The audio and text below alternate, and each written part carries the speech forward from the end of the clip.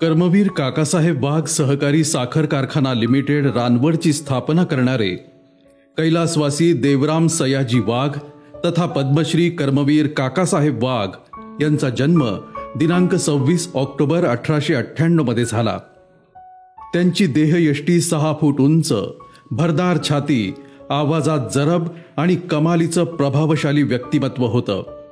बहुजन समाजावर होणारा अन्याय दूर करण्यासाठी शासनावर आणि शोषणकर्त्यांवर कर्मवीर काकासाहेब आपल्या निर्भीड कर्तृत्वाची आणि पहाडी आवाजाची तोफ डागत असत।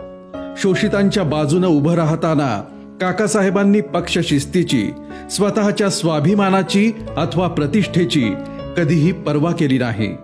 सर्वसामान्य जनतेचं जीवनमान सुधारण्यासाठी राजकीय पक्ष आणि सत्ता गौण मानून सहकार, शिक्षण, शेती आणि बहुजनांच्या विकासासाठी स्वतःचं सर्वस्व पणाला लावलं।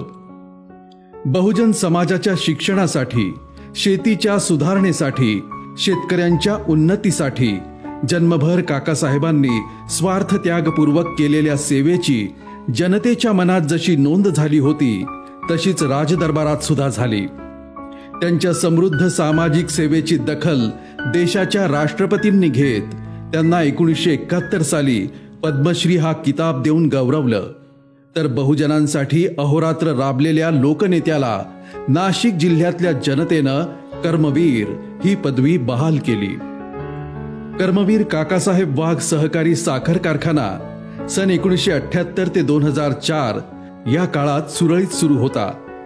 मात्र कारखाना आर्थिकदृष्ट्या डबघाईला गेल्यानं 2006 साली हा कारखाना अवसायनात काढण्यात आला। त्यानंतर सन 2006 ते 2012 या कालावधीसाठी वैद्यनाथ सहकारी साखर कारखाना लिमिटेड यांना, तर सन 2012 ते 2018 या कालावधीसाठी छत्रपती संभाजीराजे साखर उद्योग लिमिटेड यांना भाडे तत्वावर चालवायला देण्यात आला। गेल्या काही वर्षांमध्ये हा कारखाना चालवला गेला फक्त स्वहितासाठी, स्वनफ्यासाठी। या संपूर्ण कालावधीत कोणताही विकास न होता स्थानिक गटांची अक्षम्य फसवणूक, नुकसान झालं। कारखाना चालवणाऱ्या चालकांच्या मनमानी कारभारामुळे इथल्या स्थानिक तसंच बाहेरून आलेल्या मोलमजुरांचे संसार अक्षरशः धुळीला मिळाले। या कारखान्याने आम्हाला सुरुवातीला चांगलं दिलं, परंतु नंतर काही लोकांनी युट्यूब पुरस्कार आम्हाला त्रास दिला, म्हणजे आमच्या संसाराचं वाटलं आणि मध्यंतरीचा काळ आम्हाला मुलींच्या लग्न करता आले नाही, लग्न सुद्धा आलं। बाळासाहेब शिंदे यांची व्यथा ऐकल्यावर आठवण होते ब्रिटिश सरकारची। त्यांनी भारतावर राज्य केलं आणि हा देशही लुटला। पण इथे फरक इतकाच आहे की यापूर्वी हा कारखाना चालवणारे आणि हातावर पोट असणाऱ्यांची फसवणूक करणारे आपलेच होते। पण ही व्यथा एकट्या बाळासाहेब शिंदे यांची नाही, तर अनेकांची आहे। हा कारखाना बंद झाल्यामुळं आम्ही ट्रकवाले, ट्रॅक्टरवाले, जुगारावाले यांचे काय हाल झाले साहेब। मी या KGS कारखान्याला करार केली, त्यांनी आम्हाला 3 लाख रुपये दिले, ते फेडून घेतले आणि आमच्या नावावर 30-30 लाख रुपयाचं कर्ज करून ठेवलं। आम्ही आज ते थेट मुंबईच्या न्यायालयीन कोर्टामध्ये आम्हाला तिथं धाव घ्यायला लागली आणि आम्ही ते पैसे घेत नसताना कर्ज तिने आमच्या नावावर टाकलं। इतके वाईट अनुभव आले, काही ट्रकवाले आमचे मृत्यू पावले आणि बऱ्याच लोकांना टेन्शन झालं। आता हे काकाजी आल्यामुळं हे सर्व टेन्शन दूर झालं आणि या कारखान्याचा सर्व सुफलाम सर्व आता विकास होईल आणि आमच्या सगळ्या लोकांना, हे ट्रकवाले असतील, ट्रॅक्टर असतील, सगळ्यांना चांगले दिवस येतील। पण काही वर्षापासून कारखाना बंद असल्यामुळे मी माझे मुलं शिक्षणासाठी इथं आणले, मी इथं राहायला आलो। खूप वाईट दिवस आले होते। 16 पासून कारखाना बंद आहे। माध्यम संपलं होतं, असं वाटलं नव्हतं आता कारखाना चालू होईल। लाईट नव्हती, पाणी नव्हतं, चोऱ्या माऱ्या होत होत्या। आमची दुकानं किती वेळेस फुटली असं, पण आम्हाला कोणालाही काही सांगता नाही आलं। पण आता लोकप्रतिनिधी या नात्याने काकाला आम्ही बोलू शकतो किंवा सांगू शकतो। कर्मवीर काकासाहेब वाघ सहकारी साखर कारखान्यात पूर्वी निष्ठेनं काम केलेले मजूर, कामगार यांच्या व्यथा जाणत भाडे तत्वावर निघालेल्या रानवड कारखान्याचा संपूर्ण अभ्यास दिलीप काकांनी केला।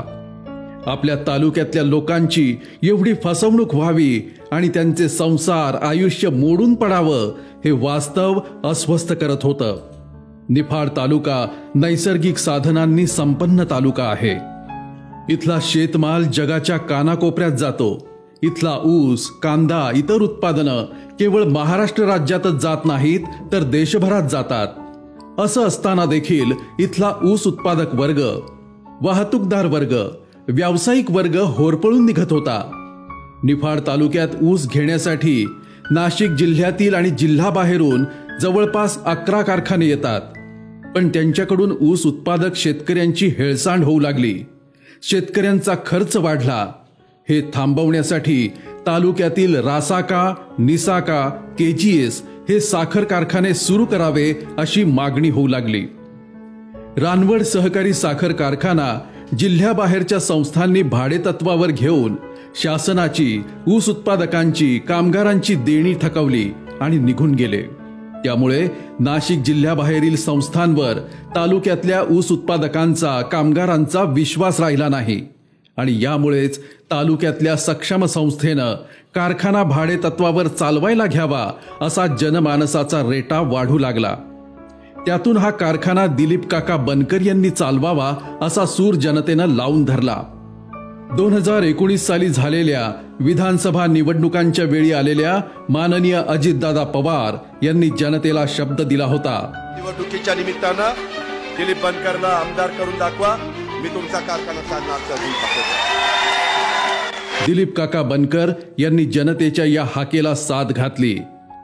महाराष्ट्राचे जाणते राजे आदरणीय माननीय शरदचंद्रजी पवार, उपमुख्यमंत्री अजितदादा पवार, पालकमंत्री छगनरावजी भुजबळ, सहकार मंत्री बाळासाहेब पाटील, कृषी मंत्री दादाजी भुसे, सहकार राज्यमंत्री विश्वजित कदम, पणन राज्यमंत्री शंभूराजे देसाई यांच्यासह अधिकारी वर्गाच्या सहाय्यानं कारखाना सुरू करण्याचा चंगच बांधला.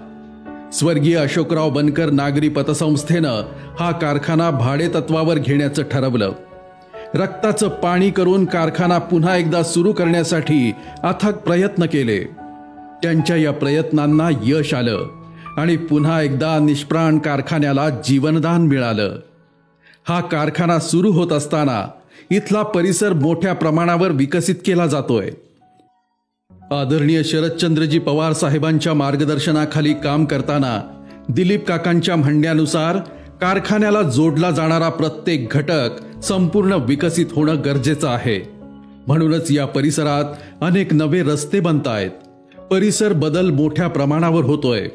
कारखान्याचे संपूर्ण पत्रे पुन्हा एकदा नव्यानं बसवण्यात आले आहेत. तसंच कारखान्यातली यंत्रसामग्री दुरुस्त करून आणि जिथे गरज आहे तिथे नवीन यंत्रसामग्री, आधुनिक तंत्रज्ञान वापरण्यात येतंय. वाहतुकीसाठी 100 नवीन जुगाड वाहनांची खरेदी करण्यात आली आहे. कारखान्याच्या परिसरातला बंद पेट्रोल पंप पुन्हा एकदा सुरू करण्यात येतोय. पतसंस्था सदर कारखान्याची दैनंदिन गाळप क्षमता वाढवून 2500 मेट्रिक टन प्रतिदिन करणार आहे. एवढंच नाही तर आसवनी प्रकल्प 45,000 KLPD क्षमतेचा होणार आहे. कोट्यवधी रुपये खर्चून इथला परिसर मोठ्या प्रमाणात विकसित होतोय. 48 वर्षांनंतर एवढी मोठी क्रांती होत असल्याची ग्वाही इथले गावकरी, जनता आणि आधी काम करत असलेले मजूर देत आहेत. गेल्या अनेक वर्षांपासून दुःख, नैराश्य, फसवणूक सोसत असलेल्या जनतेच्या आयुष्यात आशेचे किरण निर्माण झालेत. ते केवळ दिलीप काकांच्या, स्वर्गीय अशोकराव बनकर पतसंस्थेच्या धाडसी निर्णयामुळे. कारखाना सुरू झाला तर स्थानिक युवकांना, कामगारांना रोजगाराची प्राधान्यानं संधी देण्यात येते. ऊस उत्पादकांना हक्काचा कारखाना मिळणार आहे. तालुक्यातले बंद आर्थिक देवाणघेवाण व्यवहार पुन्हा एकदा सुरू होणार आहेत. या कारखान्यामुळे केवळ तालुका पातळीवरच भरभराट होणार नाहीये, तर राज्याच्या, देशाच्या विकासात मोलाचा वाटा असणार आहे निफाड तालुक्याचा, अर्थातच रासाकाचा. मोठ्या प्रमाणावर रोजगाराच्या संधी निर्माण होणार आहेत. शासनाला अधिकचा महसूल मिळणार आहे. कारखान्याच्या उत्पन्नात वाढ होऊन कर्मचाऱ्यांचे थकीत पगार, ग्रॅच्युइटी आदी रकमा द्यायला मदत होणार आहे. कारखान्याकडे मोठ्या प्रमाणावर जमीन असल्या कारणामुळं त्याचा उपयोग नवीन प्रकल्प आणण्यासाठी, सुरू करण्यासाठी होणार आहे. गावात प्रकल्प आले म्हणजे सर्वांगीण विकास आला आणि त्यासाठी प्रयत्नांची पराकाष्ठा हेच एका आदर्श राजकारण्याचं समाजकारण दिलीप काकांच्या कृतीतून वेळोवेळी जनतेनं अनुभवलं आहे. माणसाच्या मनात केवळ लोककल्याणाची भावना असून चालत नाही, तर ती पूर्णत्वाला नेण्यासाठी जिद्द, चिकाटी, धैर्य, सकारात्मकता, प्रचंड इच्छाशक्ती असावी लागते आणि प्रयत्नांची पराकाष्ठा करावी लागते. हे सगळं साध्य झालं तरच त्यातून माणसाचा, समाजाचा, गावांचा आणि देशाचा शाश्वत विकास होऊ शकतो. विकास झाला म्हणजे साहजिकच जीवनमान उंचावतं, आयुष्य बदलतं. पण हा विकास, हा बदल घडवून आणणं इतकं सोपं नाही. विकासाची गंगा दारी आणण्यासाठी भगीरथ बनावं लागतं. असाधारण प्रयत्न करावे लागतात. माणसाचं नाव त्याला ओळख देतं, तर माणसाचं कर्तृत्व त्याला जनमानसाच्या हृदयात स्थान देतं. इतकी बिकट परिस्थिती झाली. आम्ही फक्त मोलमजुरी करून कारखान्याच्या खाल्यामध्ये खाल्लं, लाईट नाही, टॉयलेट नाही, शिक्षण झाले नाही.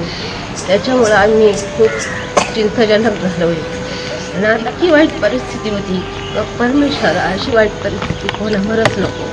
पण आता काकांनी जो कारखाना घेतला तर इतका आम्हाला दिलासा मिळाला का आम्हाला एक परमेश्वरच भेटला.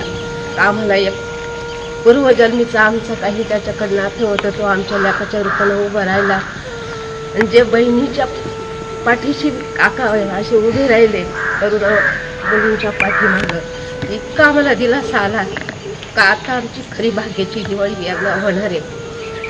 आणि ती काकांनी केली सुद्धा. कारण पोराचे पाय पाळणे तर दिसत्या. काकांनी अशी सुरुवात केली का खूप सुरुवात जोरात केली.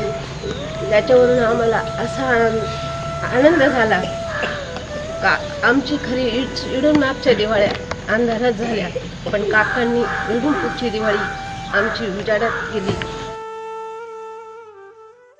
या गावातल्या लोकांना खूप दिलासा मिळालेला आहे की आपला कारखाना परत चालू होतोय. जो आमच्या पहिल्या काकांनी म्हणजे काकासाहेब वाघ त्यांनी हा कारखाना चालू केला होता. मध्ये तो बंद पडल्यामुळे जरा मनाला वाटत होतं की एवढं यांनी शून्यातून उभा करून हा कारखाना आपल्या गावात चालू केला आहे, तो बंद झालाय. पण आता ह्या काकांनी परत चालू केलाय तर खूप आनंद आहे. सगळी शेती होईल इकडे, परत सुजलम सुफलम होईल. ज्या महाराष्ट्राचं आराध्य दैवत छत्रपती शिवाजी महाराज आहेत, त्याच महाराष्ट्रातल्या शेतकऱ्यांचं आद्य दैवत माननीय शरदचंद्रजी पवार आहेत. केंद्र सरकारच्या दरबारी समस्त शेतकऱ्यांचा आवाज निर्भीडपणे पोहोचवणारे महाराष्ट्राचे पितामह म्हणून समस्त शेतकरी चातकाप्रमाणे पवार साहेबांकडे डोळे लावून असतात.